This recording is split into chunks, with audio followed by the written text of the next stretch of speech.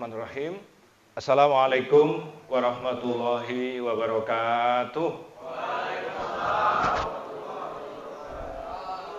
Alhamdulillah rabbil alamin. Alhamdulillahi ala kulli hal. Alhamdulillahi kafah. Asyhadu an la ilaha illallah wa asyhadu anna Muhammadar Rasulullah.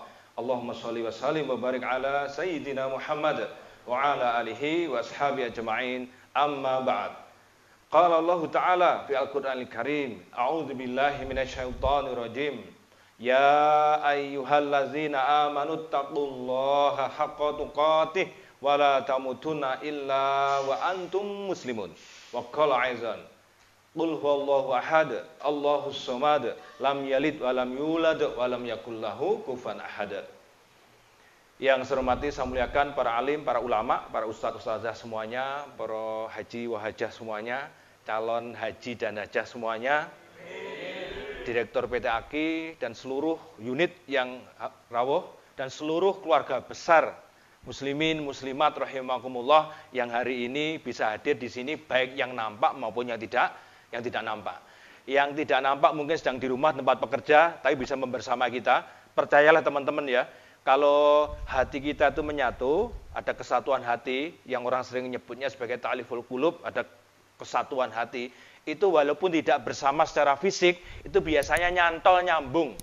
Makanya kadang-kadang seorang tua dan anak, itu kalau misalkan anak di seberang sana ada sesuatu yang tidak pas atau tidak enak, mungkin ya, itu wong tua itu moro-moro kroso. Enek perasaan gak enak rasane. Kemudian ujuk-ujuk mak bedunduk ada pikiran menghubungi anaknya. Nduk, Le, kowe ora apa-apa to, Le? Mboten napa-napa, Bu. Awakmu jek jomblo to? Tasik, Bu. Nah, ada perasaan ndak enak gitu rasanya. Mesti ada sesuatu yang kira-kira karena namanya chemistry dan itu barang gaib. Kalau itu diasah, Bapak Ibu, diasah dengan cara yang benar, maksudnya diasah dengan cara benar itu adalah kedekatan dengan Allah benar, itu jadilah nanti seperti para sahabat Nabi. Walaupun tempatnya jauh, tidak bersama, tapi Allah menyambungkan hati mereka. Sering saya beri contoh di sini. Masih ingat bapak-bapak, ibu-ibu cerita Umar bin Khattab waktu masih jadi khalifah, mengirim pasukannya ke daerah Xinjiang Cina, wallahu a'lam bishawab, yang waktu itu dipimpin oleh sahabat Nabi yang namanya Bukan Abu Bakar, sudah meninggal Abu Bakar waktu itu ya. Namanya Sa'ad bin Abi Waqqas radhiyallahu anhu. Apa yang terjadi? Sa'ad bin Abi Waqqas dikepung oleh pasukan musuh. Sa'ad bin Abi Waqqas berdoa pada Allah, ya Allah, sampaikan kondisi kami kepada presiden kami, kepada pimpinan kami, Umar bin Khattab. Namanya sahabat Nabi, bapak-bapak, ibu-ibu yang dekat dengan Allah, dan Sa'ad bin Abi Waqqas, masih ingat cerita saya ini ya, didoakan Nabi yang doanya tidak pernah ditolak Allah, maka doanya Sa'ad bin Abi Waqqas ini langsung diterima Allah, disambungkan pada Umar bin Khattab. Yang menarik, Umar bin Khattab kondisinya waktu sedang khutbah Jumat, Allah a'lam bishawab. Pas khutbah Jumat, informasi dari Allah, bukan wahyu loh ya, kalau wahyu itu murni pure kepada Nabi dan Rasul. Tetapi ini semacam ilham. Ada ilham di sini? Tidak masuk. Ada ilham dari Allah kepada Umar bin Khattab. Begitu tahu kondisinya pasukannya yang dipimpin Sa'ad bin Abi Waqqas itu terdesak, apa kata sang presiden ini? Dia langsung mengatakan merapat ke dinding. Pernyataan merapat ke dinding itu disambungkan Allah. Allah lah yang nyambungkan ya. Tidak ada grup WhatsApp waktu itu ya. Tidak ada aplikasi-aplikasi yang bisa nyambung cepat. Ternyata Sa'ad bin Abi Waqqas mendengar perintah dari sang presiden, sang khalifah itu merapat ke dinding. Akhirnya strateginya semuanya pasukan merapat ke dinding. Anda bayangkan, Allah a'lam bishawab, pasukannya tinggal 300 berhadapan dengan ribuan itu akhirnya memenangkan pertempuran.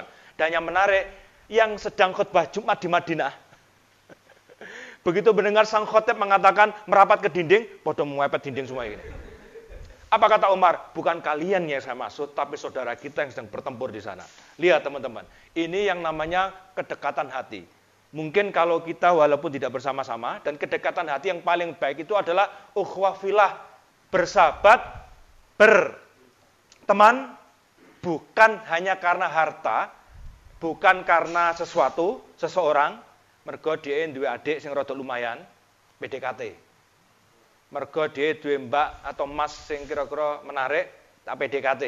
Bukan karena itu, tetapi murni pure karena Allah Subhanahu wa taala. Dan itulah yang mestinya menjadi bagian kehidupan kita. Lek ngono bapak-bapak, ibu-ibu, iku sewenang karena urip mergo harta benda itu ngedeni. Lek jarine Zainuddin MZ iku lek pas duwe akeh itu nyedek kayak ngono ya. Begitu koncone pas nang duwe rada ngedoh. Rasane kaya malah wah engko aja cedek utang iki mesti engko. Karena ada semacam kedekatan karena harta. Maka dari itu mudah-mudahan keluarga besar PT AG ini silakan kita berniat bekerja bersama-sama, bersahabat, kenal masing-masing. Aku kenal Mas Jono itu Mas Jono ora ketok. Biasanya ya Allah, pembesar kita ya Mas Jono itu ya. Itu bukan karena apa-apa tapi karena Mas Jono itu muslim, karena Mas Jono itu warga plus 62. Plus 62 Mas Imam ya, plus 62 karena warga negara kesatuan Republik Indonesia dan saling bekerja sama dalam kebaikan. Wah, itu saudara. Berarti kita masing-masing di sini saudara. Nanti insya Allah kalau teman-teman tidak di rumah pun, tidak bersama-sama, tapi hatinya nyambung. Pengennya begitu. Dan itu terus dipupuk. Maka dari itu teman-teman, hari ini, pagi ini kita akan bicara menguatkan hati itu. Dan salah satu untuk menguatkan hati itu kesamaan, namanya faktor kejujuran. Jarine KPK piye, Bapak-bapak, Ibu-ibu? Slogane KPK, Pak. Jujur itu baik. Benar ya Mas Andi ya? Jujur itu baik. Jujur itu menarik. Jujur itu membahagiakan. Angel jujur apa angel ngapusi, Bapak-bapak, Ibu-ibu? Angel ndi kira-kira? Ngentone energi akeh ndi? Wong ngapusi karo wong jujur iku. Ngapusi nggih, wong ngapusi. Walau dia itu kulino ngapusi, bahkan menjadi karakter, ternyata tetap mengeluarkan energi lebih banyak. Mari kita lihat contoh. Contoh satu, masih ingat hikayat cerita tentang seorang pembohong yang pada akhirnya senjata makan tuan. Suatu desa, dia teriak-teriak, tolong, tolong, ada harimau. Masih ingat kan cerita ini ya? Warga geruduk. Apa? Oh, ada ya di situ ya.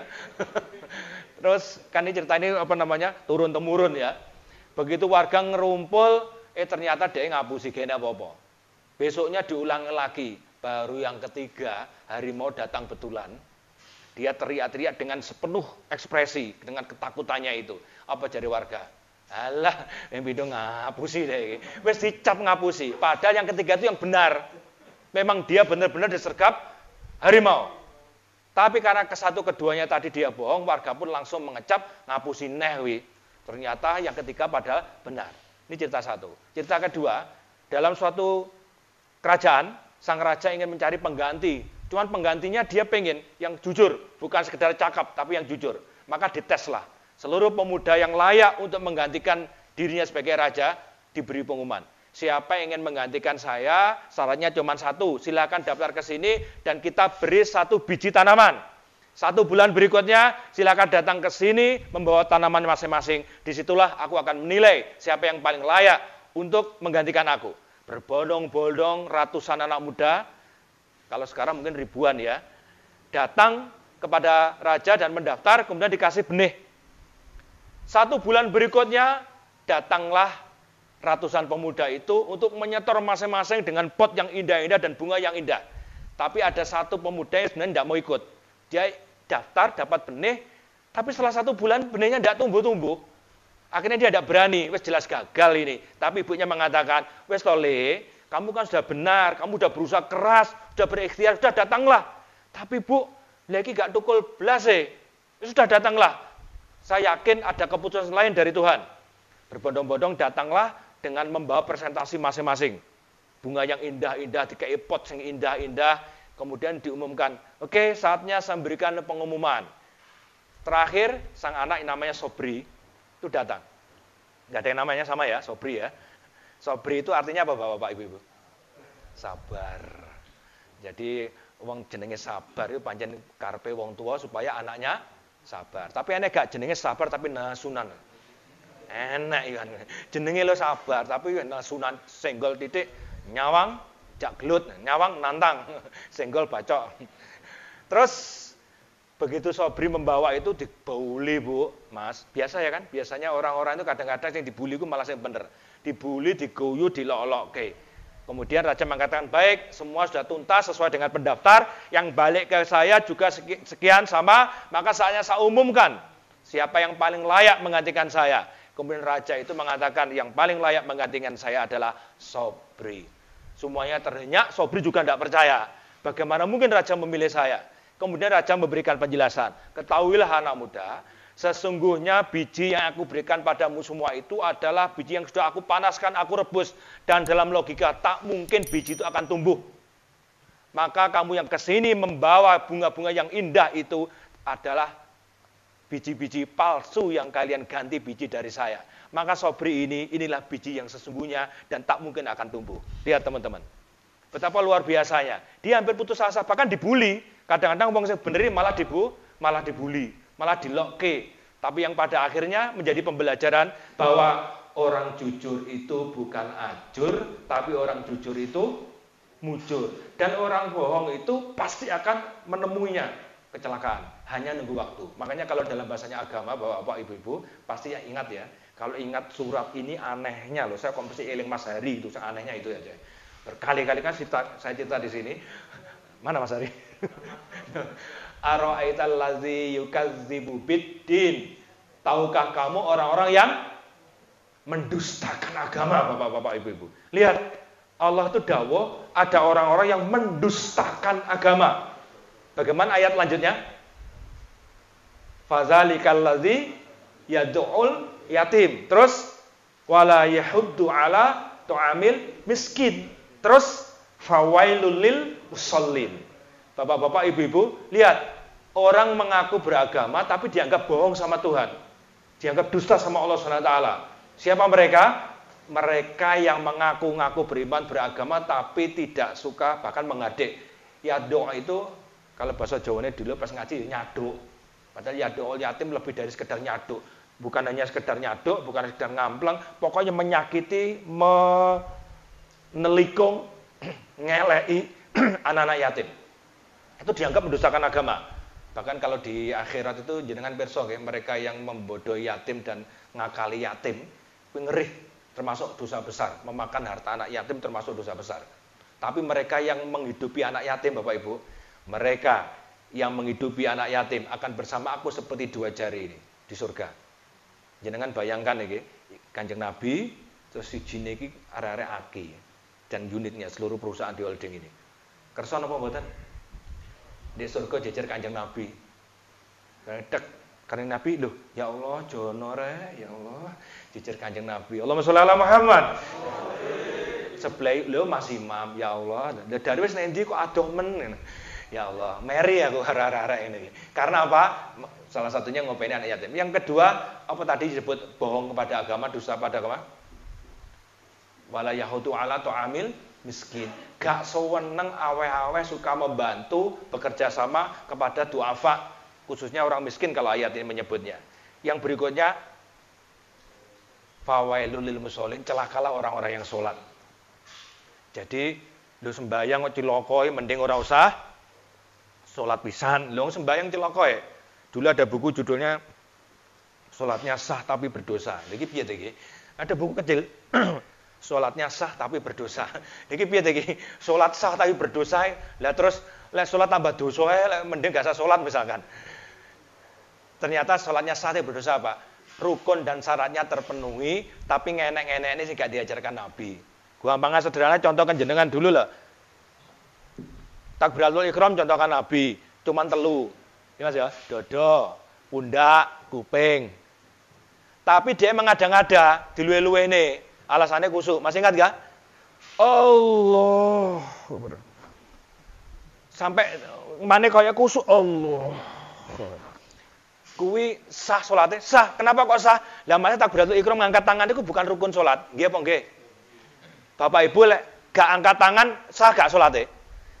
Misalkan ya, lepas usoli atau tidak usoli beda pendapat nih. Usoli fardhu isya'i. Allahu Akbar langsung sedekap. Sah napa mboten?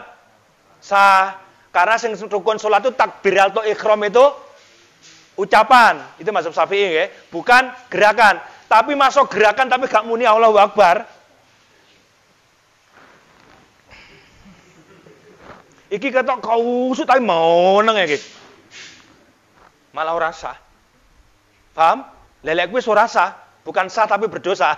Tapi yo rasa yo dosa. Tapi lek sah berdosa mau, yo takbiratul ihram, tapi iki ngenek-ngenek. Allah. Ngenek-ngenek. Jadi nun sewu nggih, rada ngatek titik. Enek sing modele salat nu terlalu ekstrem juga. Sawi. Soli. Bolak-balik usali. Karena nyantolnya hati. Karena saya di tangga saya di mertua itu begitu. Suwin. Oh, sidon. Gak sidone. Nate mirsani? Oh, iki duwa. Lah kancane iki wetengen lho grisinen sampean. Lho, serius nggih rasa-rasa wis delikke Pak Yai ini. Oh, karek plek ngene lho rasidone. Tapi anehnya begitu imame ruku Allahu Akbar melok rene. Lho kok ket mau wae lho masukku. Ini kisah nyata. Nah, enak tapi sing rada gua lagi teko muwajjir. Allahu Akbar. Enak model ngono iki. Tau roh. Dadi wis kok pane Allahu Akbar. Sitoke ekstrem kenemenan, sitoke ya ekstreme kan ada. Saya tidak berani mengatakan itu ditampa pegai urusannya Gusti Allah. Itu ditampa pegai urusan Gusti Allah, tapi saya harus menyampaikan modelnya nek ngono kuwi. Lah, celaka orang sholat itu biasanya yang lalai. Maksud saya Bapak Ibu-ibu, itu masuk kategori yang dianggap tidak jujur kepada agama. Jadi oleh karena itu, Nabi rahimahullah, menurut medis saja orang yang suka bohong itu ternyata bisa tengarai, dilihat. Di kepolisian itu ada, rausan gawe lie detector ya, ada alat memang ya. Dari orang psikologi itu mancing pembicaraan seseorang, itu model mancing A, B, C, D, sampai Z, kok akan ketemu kok di antara 3-2 perkataan yang bertentangan antara jawaban itu. Akhirnya bisa disimpulkan, ngapusi cah gimana. Sak pinter-pinter dia bersiasat cara berbohong, itu ternyata bisa diungkap dia ini ngampusi apa. Nanti di antara 1000 kalimat, ada jebakan di kalimat ke 61 atau ke 140 yang bertentangan dengan pernyataan di awal-awal. Dan bisa dilihat, orang aja punya ilmunya untuk melihat bohong tidaknya. Apalagi Gusti Allah, wah lebih paham. Dalam menurut ilmu kedokteran, orang yang bohong itu namanya mitomania. Penyakit yang suka berbohong. Pertama kali ditemukan tahun 1983. Apa itu penyakit ini? Orang-orang yang bangga, senang ketika dia mampu untuk mengakali orang lain. Tetapi penyakit ini membawa efek pada dirinya. Apa itu efeknya? Hidupnya semakin tertekan karena semakin takut konangan. Karena hati kecilnya tidak bisa memungkiri, sing tak omongnya gak bener. Bapak-bapak, ibu-ibu nun sewu, kira-kira wong ngapusi ke hati kecilnya berontak nombotan. Mesti otomatis begitu ngomong anu, batin langsung set, ngapusi we. Awake dhewe lo ngomongi ngapusi we, tapi nanti kekuatan iman yang membedakan. Terus menerus. Akhirnya sering muncul kalimat kebohongan pertama akan memunculkan kebohongan berikutnya. Jadi yang paling berat itu kalau berkeluarga ya, kalau berkeluarga. Nanti kalau konangan biasanya golek siasat piye ampreh iki gawat iki, babone ngamuk iki. Piye ampreh tidak ngamuk akhirnya bersiasat. Perlu dicatat Bapak Ibu, bohong yang dibolehkan dengan bohong yang benar-benar dosa itu berbeda. Bohong yang dibolehkan itu cuma 3. Dalam peperangan, itu namanya siasah, kalau dalam bahasa agamanya itu. Lek perang kok jujur, piye kira-kira ya? Perang kok jujur, jadi kalau dalam perang itu namanya bukan bohong, tapi siasat. Tapi namanya siasat. Kalau boleh lagi, bohong yang dibolehkan menghindari kezaliman lebih besar. Jadi kalau bahasanya Zainuddin MZ, ada orang bertikai, kewasaan gelut, gewodak, terus ndelik nang omahe dhewe. Ndelik nang omahe dhewe. Sing marane iku tawaka sak kromon, "Wih bocah kene, nang omahmu." Gak, ora enek. Ngapusi apa ora ini? Jelas ngapusi wong ora enek, tapi ini dibolehkan. Karena memang menghindari kezaliman yang lebih besar. Ini dibolehkan. Jadi Bapak Ibu rahimakumullah, kebohongan ini yang tahu Allah, jadi jangan mensiasati kecuali yang dibolehkan oleh agama. Ini artinya kebohongan yang membawa pada dampak keburukan pada diri sendiri, yang terus-menerus hormon kortisol, benar namanya ya, hormon stres, itu terkumpul gara-gara dia bohong. Sekali bohong, tambah siji, terus ngelumpuk yang pada akhirnya dia itu kemungkinannya kata Rasulullah hatinya menjadi gelap gulita sehingga baginya kebohongan itu bukan suatu aib tapi sudah menjadi karakter. Itulah disebut dalam bahasa kedokteran mitomania. Bahkan bisa disebut kecanduan ngapusi. Lek orang ngapusi ndak sing ngeluh. Padahal lagi-lagi kita ingin mengatakan betapa beratnya dosa balasan bagi orang-orang yang berbohong. Maka dari itu mari kita lihat kata Rasulullah Muhammad SAW. Allahumma shalli ala Muhammad. Di hadis Bukhari Nabi dawuh begini. Nanti kalau salah diingatkan ya. Saya kalau masalah hadis banyak tidak hafalnya tapi saya harus sampaikan ini.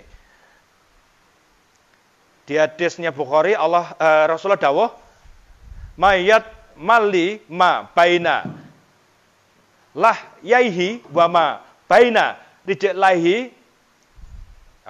at man lahul jannah. Siapa menjamin untukku apa yang ada di antara dua rahangnya dan apa yang ada di antara dua kakinya, niscaya aku menjaminkan surga baginya. Sing menjaminkan surga sinten Bapak Ibu? Nabi lo menjaminkan. Caca aki dan seluruhnya ya. Lek kowe iso jamin antara dua rahang, lisan, dan dua kaki. Apa sih antara dua kakinya? Dengkul, bukan. Di antara dua kaki. Antara dua kaki. Ya tergantung sedikempit opo. Wes paham ya maksudnya ya? Ini bahasa yang indah dari Rasulullah. Sopo iso menjaga lisan dan kelamin. Wes gampangane jenengan wis gedhi ndak usah dijelasin jaga kelamin opo gawe wesi, gawe tameng bukan ya. Biar tidak liar, tidak nakal iku bocah iku. Sehingga mohon maaf ya, ibu-ibu ya, kalau bahasanya cah lanang-lanang kadang-kadang rada nakal. Aku ki imanku kuat, tapi imunku sing ora kuat. Guyonane arek-arek lanang kan ngono ki. Aja delokne Mbak ya, jadi elokne cacah. Tapi guyonane begitu. Tapi Nabi dawuh sing membuat rusak dunia loro kuwi bae. Sing membuat rusak dunia loro. Lisan dan syahwat kemaluan. Hancur lebur. Mulai fitnah, ghibah, namimah, ngapusi, apa maneh? Ngelokne, bully. Di surat Al-Jurat itu jelas loh. Janganlah memanggil dengan gelaran-gelaran yang buruk. Indonesia kan lagi rame toh ini. Ada seorang yang dibully, kamu belum evolusi rasa melok omong. Apa maksudnya durung evolusi? Berarti dia kayak evolusi itu dari mana toh? Menurut Darwin, bukan Darwin saudara, Darwin. Kera. Jadi manusia itu mbah moyangnya ketek, pejane ora setuju aku ya. Misalkan manusia itu dari kera, mestinya saiki wis rene kera blas, wis dadi wong kabeh. Ujune jane ketek. Tapi ya musuh kuwi dadi wong ya kuwi. Jadi ngelokke gak oleh. Ngelok koncone gok to gok. Gong bagong. Ayo ketara enek iki. Pong-ompong. Apa neh? Ber jeber. Ndak boleh lho ya Bapak Ibu. Nun sewu. Iku milih ndek pikir dosa lho iku. Lah ngomong pejapane mesti ngene Mas. Lah sing diceluk seneng kok, diceluk ya mengo. Ya salah ya jane. Tapi ora oleh. Ya iki sore nih arek-arek iku ndek pendek. Brot gembrot. Ceng-keceng. Wahenge geblak gitu. Astagfirullahaladzim. Itu ndak boleh sama manggil apa? Jenenge bapake, Mas Andi ya biasanya. Itu budaya. Saya sering cerita di sini. Ndak boleh loh itu. Ketika Rasulullah dawuh, janganlah kalian memaki ayahmu. Kemudian sahabat tanya toh, loh ya Rasulullah, apa enek? Enek anak kok memaki bapak ide? Ada, kamu memaki ayah orang lain sehingga anaknya memaki ayahmu. Nah, jadi ra oleh berkali-kali kalau saya dulu ya Allah ya SMP siji ki apa budaya ya. Celuk pake ya. Bapakku jenenge Umar, celukanku ya Mar ngono. Enek bocah jenenge Saladin, jenenge bapake Bokir, celuk Bokir. Secara arek. Anaknya jenenge Senardi, bapaknya jenenge Dukut, celuknya Dukut. Karena pernah kisah nyata kita nyari Saladin tapi nyarinya Pak Bokir wonten, kisah nyata ini. Rumahnya daerah Sukorame Gang 4 sana. Pak Bokir wonten, Pak. Aku nyapo astaga. Kisah nyata, saya alami sendiri. Waktu SMP. Dan saya tidak tahu karena dasar kelas. Kalau anak itu namanya Saladin tidak tahu. Tapi sejak awal tanyar jeneng celukane Bokir. Jadi tak kira jenengan jenenge Bokir. Tibake jenenge bapake. Dan saya sudah bertobat waktu di SMA masuk ke masjid, sudah menghilangkan itu. Nama terbaik pada pasangan saja terbaik. Yu Ayu, padahal udah helek. Tapi kalau ke pasangan yang terbaik, ya baik, itu intermezzonya. Jadi teman-teman kan dari mulut. Sekarang heboh Indonesia itu salah satunya karena faktor membuli. Dek babalan Sarah itu ngelok nih misalkan dulu Samuel Eto'o sama Balotelli kan ganteng putih dhuwur ngono ya. Lho kan ngelokne ra oleh to, Mas. Iku lek Balotelli giring bal itu suara penonton kuku ngono. Dia sampai mutung waktu itu ya, waktu di di AC Milan mau andek nyepot kaos mutu sampai sama teman-temannya dirangkul. Banyak makanya di babalan status FIFA itu Sarah ngelok nih ras kulit termasuk agama hukumannya berat tanpa penonton 3 pertandingan. Kalau misalnya tidak di pandemi lah ya. Ibrahimovic sekarang itu kemarin barusan berseteru dengan Lukaku. Lukaku adalah lukamu. Jenenge Lukaku ya. Kan berseteru AC Milan sama Inter Milan kemarin. Ibrahimovic di tengah rem buat kata-kata Sarah. Ngelokne hitam begitu. Ngelokne hitam lho tok. Kuwi langsung dihukum 5 pertandingan. Zaman Nabi pernah ada kan? Ketika Abu Dzar Al-Ghifari ngelokne Bilal bin Rabah. Oh, dasar anak hitam. Pas langsung berseteru itu. Langsung Nabi mengatakan, kamu masih jahiliyah. Abu Dzar takutnya luar biasa. Langsung delosor sikile Bilal dicekel, injak kepalaku sebagai ganti ucapanku si hitam tadi. Ngono tok. Lah saiki ade biasa ya ngono kuwi. Rang-irang kowe wis ireng elek ngentutan ngono. Urip pisan. Ya Allah. Mohon ya, itu merusak ukhuwah juga. Jadi artinya lisan itu ternyata menghancur leburkan persaudaraan. Jadi mohon untuk Bapak Ibu mengatakan, tapi kan sesuai dengan pengajian tadi, jujur loh Mas aku mau. Mengatakan apa adanya, ngos-merongos ora oleh ngono ya. Tidak boleh sama sekali. Tolong dengan baik kita dulu mohon maaf ya. Ada bintang film namanya Boneng. Eling Mas Andi ya. Sing seusia dengan saya. Mohon maaf ya. Boneng itu Sarah loh itu. Boneng itu kan maju ya giginya itu. Tapi dia dengan majunya gigi itu malah terkenal. Larisnya ndak umum.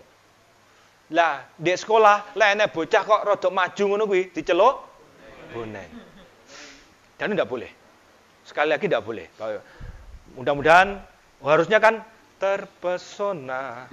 Aku terpesona. Maksudnya begitu, kita harus terpesona dengan ciptaan Allah SWT. Baik ya, Bapak Ibu. Yang berikutnya terkait dengan itu, Rasul pernah menyatakan juga dari Uqbah bin Amir, aku bertanya, wahai Rasulullah, apakah sebab keselamatan? Beliau menjawab, kuasailah lidahmu, hendaklah rumahmu luas bagimu, dan tangisilah kesalahanmu. Inilah Bapak Ibu, kenapa bohong itu dilarang. Kulil haqqa walau kana muron, katakan walaupun pahit. Cerita singkat, Ka'ab bin Malik zaman Nabi tertinggal dari perang. Semua ada berangkat, Ka'ab bin Malik tertinggal. Pada segalanya ada, tidak ada ketinggalan. Dia kudanya terbaik. Akhirnya Allah memutuskan keputusannya. Yang tidak ikut perang tadi, perang Tabuk, dihukum. Berbondong-bondonglah orang datang bawa alasan. Orang-orang munafik rata di Madinah. Ya Rasulullah, anak saya sakit. Padahal ya enggak. Ya Rasulullah, maaf, enggak bisa perang. Wah, semua beralasan. Beralasan. Akhirnya lepas dari hukuman. Padahal Allah mau tahu. Tapi Ka'ab bin Malik tahu. Kalau aku bohong, Allah mencatat. Nabi juga akan diberi wahyu sama Allah kalau aku bohong. Ka'ab bin Malik takutnya pada Allah. Dia jujur mengatakan, walau pahit itu. Tahu nanti akibatnya, hukumannya. Tapi dia mengatakan apa adanya. Dia, ya Rasulullah, aku telah lalai dalam mengikuti perang denganmu. Keputusan turun. 3 bulan Ka'ab bin Malik dengan kejujurannya itu dihukum sama Allah. Seluruh orang Madinah tidak boleh bermuamalah dengan Ka'ab bin Malik. Jangan bayangkan, sak desa ora oleh tegur sapa mbek awake dhewe. Jangan bayangkan. Tidak boleh tegur sapa. Di anu nang omah. Kira-kira piye desa rasane Bapak Ibu? Arah-arah monggo mlengos. Mana yang Gusti Allah itu kabeh seluruhnya, sahabat-sahabat Nabi juga. Sahabat Nabi jane yang ngesakne, tapi Allah memutuskannya. Akhirnya taat pada Allah. 21 hari terakhir sebelum dicabut, memang dicabut akhirnya 2 bulan berapa begitu, ditambah hukumannya.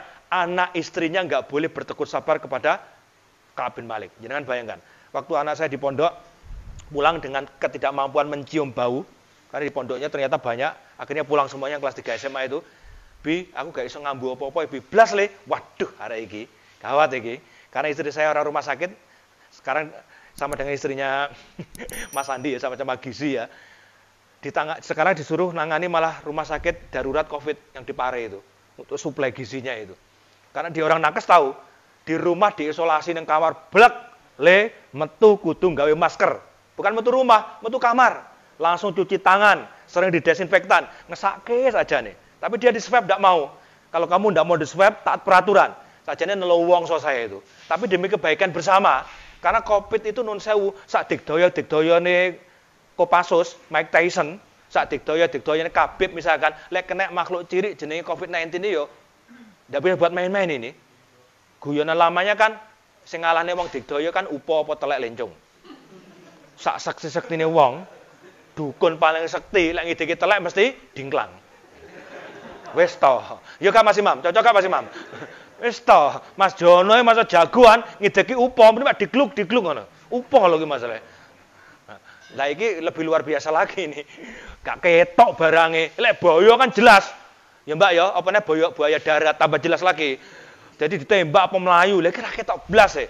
Nah, akhirnya diisolasi di kamar. Saya bayangkan Ka'ab bin Malik. Ka'ab bin Malik iso ngapusi kaya wong munafik Yahudi. Anu Rasulullah, aku no rodok lara weteng, rodok senep, rodok ngeluh. Akhirnya Nabi ya sudah enggak apa-apa, tapi Allah Maha tahu. Maka karena ketakutannya pada Allah dia jujur apa adanya. Jujur itu baik. Akhirnya diisolasi dan non sewu 21 hari terakhir itu malah anak bojone gak oleh ngobrol kalau Ka'ab bin Malik. Di saat begitu enek utusan Raja Mesir namanya Gosan menawarkan, Malik, delok sahabatmu, nabimu Rasulullah Muhammad sadisnya ra umum, sak Madinah wong muslimin sadis, anak bojomu melok sadis, kowe kok dikonokne, kowe gabungan di aku, tak kai mbok pilih jabatan, wanita, tahta, los dol. Tarik sis. Di saat begitu kan layak tuh aja nih, layak. Wah kesempatan nih, aku dianiaya kaum muslimin. Setan bisi, tapi imannya Ka'ab bin Malik, insya Allah diikuti imannya teman-teman PT Aki dan teman-teman yang lainnya. Mengatakan demi Allah, aku berkata jujur karena takut Allah. Lah kok ini ada godaan, gangguan supaya aku keluar dari jalannya Allah. Setan kalian. Akhirnya pas 3 bulan Allah alam bisawab, kalau tidak salah hitungan membaca ya saya. Allah turunkan surat, kalau tidak salah surat At-Taubah, memberi taubatnya Ka'ab bin Malik, bahkan disebut dimuliakan Allah. Begitu turun ayat ini, dikabarkan kaum Madinah berbondong-bondong orang datang ke Ka'ab bin Malik yang semula melengos, mulanya menjauhi karena disuruh Allah. Sekarang disuruh Allah untuk memuliakannya, dirangkul. Sampai Umar bin Khattab mengatakan, seandainya ayat itu turun untuk aku. Umar bin Khattab selalu ngiri kalau ada ayat Allah turun karena sahabat yang lain. Pengennya saya yang kayak Ka'ab bin Malik. Tapi mohon maaf Bapak Ibu, jangan diikuti ya. Bangkang dhisik. Alasan apa piye engko jujur ya, aku gak iso kerja Mas Andi karena saya memang lalai dalam 1 bulan. Harapannya nanti kayak Ka'ab bin Malik, oh aduh bro, delon kitokmu gitu ya. Kita jauh berbeda dengan para sahabat dalam konteks ini. Oleh karena itu mohon maaf Bapak Ibu, monggo kita mengambil hikmah dari ini semuanya. Karena kebohongan apapun, sekecil apapun ada catatannya di sisi Allah. Dan pasti ada balasannya, nggak usah nunggu di akhirat, tapi di dunia sudah ada balasannya. Hanya nunggu waktu. Terakhir, kisah yang sangat menarik, walaupun tidak sama persis tentang masalah kejujuran. Seorang syekh di Arab Saudi, kalau di Arab Saudi, di Kuwait ya, yang punya perusahaan minyak, salah satu 10 terkaya di dunia. Pada suatu saat, minyaknya ada kerugian, dan kemudian harus habis berapa triliun begitu. Apa yang dikatakan oleh Syekh itu? Syekh, kenapa engkau tidak nangis kecewa dan macam-macam kok malah tersenyum, kemudian istighfar dan memuji Allah? Apa jawabannya? 40 tahun yang lalu, aku pernah berbohong kepada ibuku dan menyakiti ibuku. Ternyata Allah membalasinya 40 tahun berikutnya dengan sekian kerugian saya. Alhamdulillah, semoga ini sebagai penebus dosa-dosaku kepada ibuku masa lalu. Lihat Bapak Ibu. Jadi mungkin sama Allah, karena Allah kasih sayang kepada kita, maka sama Allah yang di akhirat dihapus, dituntaskan di dunia ini, dan dia bertaubat, makanya di akhirat dihapus. Sama Allah SWT. Jadi kalau misalkan kita mendapati musibah, anggap saja ini pembersih dosa dari Allah. Mestinya malah bersyukur. Tapi angel apa angel? Angel. Tapi inilah kita belajar. Ngaten ya Bapak Ibu, jujur itu baik. Dan insya Allah, bohong itu awalnya indah dan menyelamatkan, tapi sesungguhnya dia malah menjelomprongkan. Malah memasukkan kita pada jurang yang tidak benar. Saya berusaha keras untuk bareng-bareng untuk jujur. Bapak Ibu juga sama. Sekali lagi mudah-mudahan Allah mengingatkan. Saya masih ingat, mohon maaf nih, ben lego aku. Pas pernah kerja di satu perusahaan susu, saya nilep Mas Andi. Dikon-nukokne HP nggih driverku. Karena ada 4 truk. Saya disuruh belikan HP. Waktu itu tahun 2005. HP regane jek murah-murah, 700-an. 700-an ribu. Akhirnya saya bilang 1 juta. Gampang kan kwitansi kerja bareng sama toko HP itu. Saya sampaikan. Akhirnya saya bakti, kalau tidak salah waktu itu ya, 200 ribu lah. Peng 5, kan 1 juta. Saya tidak ada 6 hari setelah dapat bati itu, anak saya ngeragil, kena tipes sama demam berdarah, tidak salah waktu itu. Dan opname di rumah sakit sekitar 7 hari, saya habis 3,5 juta. Saya ulangi. Bukan hanya podoai, malah torok ya. Bati. Nyoletnya 1 juta. Ternyata siapa yang berkeinginan anaknya sakit kan nggak ada. Tapi kan nggak ngerti sama sekali. Akhirnya ya Allah, untung karo Gusti Allah ditegur. Itu kesimpulan saya. Umpama anak saya tidak sakit atau kita nggak ada apa-apa, tidak keluar banyak, mesti ketagihan. Nah, tiba-tiba gak konangan ya. Ya, itu besok-besok lainnya proyek mana? Aku ngene untuk batineh. Sama Allah semakin dijauhkan. Tapi karena Allah sayang pada panjenengan, dikepuk oleh Allah. Kudune ngulon kok mlaku ngalor titik dijawab sama Allah. Wes nanti kepukane Allah ya koyo kuwi mau. Akhirnya ya Allah matur suwun, untung jenengan gepuk timbali lek mboten lek bablas ngalor semakin jauh. Paham ya Bapak Ibu? Semoga kejujurannya walaupun kayaknya pahit, kulil haqqa walau kana muron, katakan yang benar walaupun pahit, menjadi karakter kita, dan percayalah kejujuran itu akan dibalasi Allah. Walau orang mungkin mencaci dan tidak tahu, tapi Allah akan balasi dengan jauh lebih baik. Hal jasaul ihsani ilal ihsan. Tidak ada balasan kebaikan kecuali dengan kebaikan itu. Semoga Allah kuatkan kita untuk senantiasa bersikap jujur, kuat, bertahan, istiqomah, sampai nanti insya Allah husnul khotimah. Maka Bapak Ibu yang saya hormati, saya muliakan. Tapi kita tadi jam 8 Mas Andi mulainya. Makanya tadi WA Mas Beni, aku lali 7:30 pun jam 8 ya. Ternyata 7:30. Alhamdulillah sampai sini 7:30 kurang 1 menit. Jadi saya sudah memenuhi janji saya pada Tuhan, tidak terlambat. Wallahu a'lam bishawab. Untuk teman-teman di sini semoga tetap sehat. Tetap jaga 2 ya pesan saya nggih. Ini harus sampaikan pesan sponsor ini. Protak dan prokes. Protokol ketakwaan dan protokol kesehatan. Tolong ini tetap dijaga kemana-mana. Protak sama prokes ini insya Allah ini akan menyelamatkan kita dunia dan akhirat. Semoga yang jomblo segera mendapati jodohnya. Semoga yang baru menikah segera memiliki momongan. Yang sudah punya momongan semakin sakinah mawaddah warohmah, anaknya solehah, keluarganya sakinah mawaddah warohmah, bahagia sejahtera, hidup berkecukupan, tidak kurang satu apapun. Dan yang penting lagi, pasangan tampak kurota ayun. Walaupun pasangan semakin body, semakin ombo tergede, tapi semakin cinta. Angel lagi. Karena kurota ayun itu tidak identik dengan cantik dan ganteng, tapi menyenangkan ketika dipandang. Lek pengen jadi wali Mas, ini pendapat Imam Ghazali diulang sama Gus Baha, lek pengen jadi wali, kudu duwe bojo cerewet. Jadi mbak-mbak, ibu-ibu mohon jadilah cerewet biar suami Anda jadi wali. Yang dimaksud ini adalah wali itu apa? Selantiasa hidup di jalan Allah. Jadi begitu adzan kok malah turu ae lanangan, budal masjid kono, kudu cerewet kono. Kudu ngono. Wes gak apa-apa. Tapi bahasanya yang menyesuaikan ya. Pokoknya Mbak, saya ulangi, kalau suamimu kok 5 waktunya tidak di masjid, tendang. Ini bukan fatwa ya, Maksudnya tendang itu adalah dilus-lus, dirangkul. Bahasanya rada lagi dikaplok. Mas adzan nang masjid, wis tongko tak wehi. Jadi disuap gitu ya. Biar nanti saling mengingatkan. Baik, terima kasih Bapak Ibu. Sukses untuk panjenengan semuanya. Semoga Allah melindungi kita semuanya. Saya mohon maaf atas segala khilaf. Kita tutup dengan doa Al-Fatihah khusus untuk almarhum Mas Wahyu Agus Haryadi. Semoga Allah ampuni segala dosa-dosanya, ditempatkan tempat yang terbaik di sisinya. Dan untuk keluarga besar Mas Wahyu almarhum dan semua yang ada di sini. Al-Fatihah. Auzubillahi minasyaitonir rajim. Bismillahirrahmanirrahim. Alhamdulillahirabbil alamin. Arrahmanir rahim. Maliki yaumiddin. Iyyaka na'budu wa iyyaka nasta'in. Ihdinas siratal mustaqim. Siratal ladzina an'amta 'alaihim ghairil maghdubi 'alaihim waladdallin. Amin. Mohon maaf kalau ada khilaf. Subhanakallahumma wa bihamdik asyhadu alla ilaha illa anta astaghfiruka wa atubu ilaik. Assalamualaikum warahmatullahi wabarakatuh.